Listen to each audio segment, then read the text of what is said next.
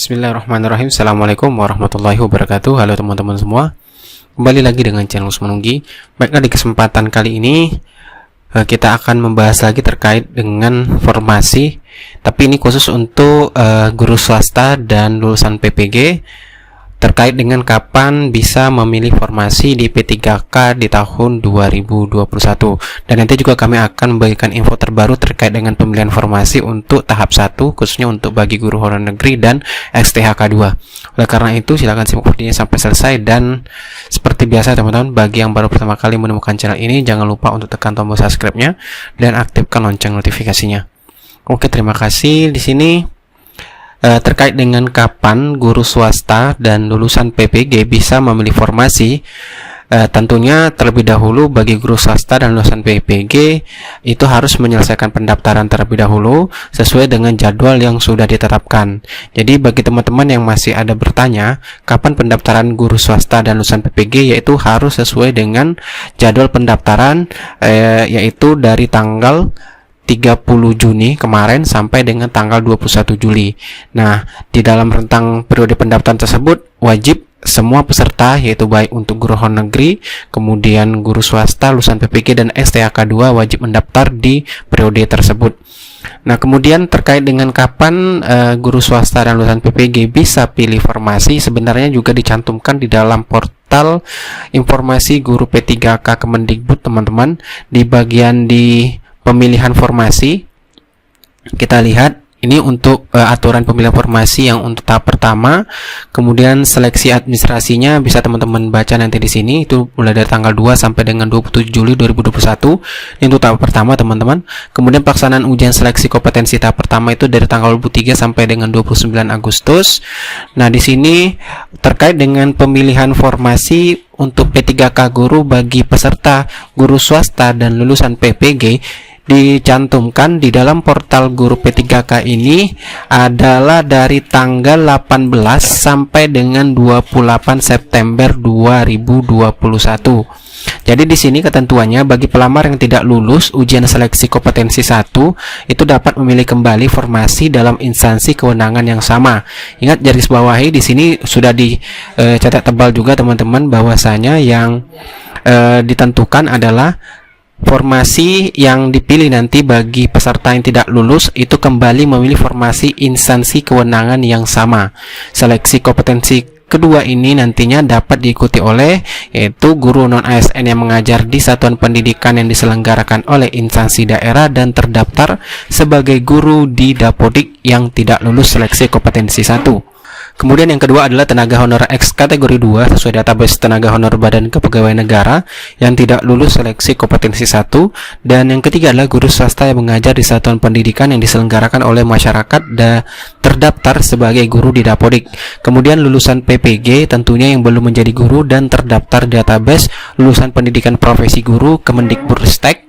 Nah, untuk ujiannya sendiri itu nanti akan dilaksanakan pada tanggal 6 sampai dengan 12 Oktober 2021. Ini untuk pelamar melaksanakan ujian kompetensi 2 sesuai formasi yang dipilih tentunya.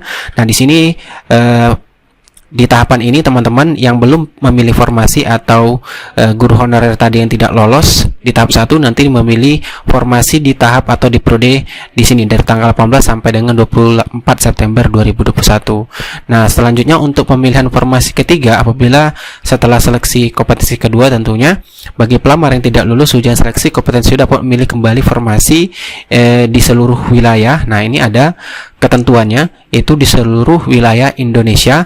Kemudian di sini tidak dijelaskan apakah harus instansi kewenangan yang sama atau tidak. Namun di sini diperjelas bahwa pelamar untuk yang di kompetensi 3 ini yang tidak lulus ujian seleksi kompetensi 2 dapat memilih formasi di seluruh wilayah Indonesia, dan seleksi kompetensi 3 ini dapat diikuti oleh guru tentunya peserta yang tidak lolos di kompetensi 2, yaitu dari guru honor negeri, kemudian XTHK 2, kemudian guru swasta dan lulusan PPG. Nah, terkait dengan ujian seleksi kompetensinya nanti akan dilaksanakan pada tanggal 15 sampai dengan 21 November 2021.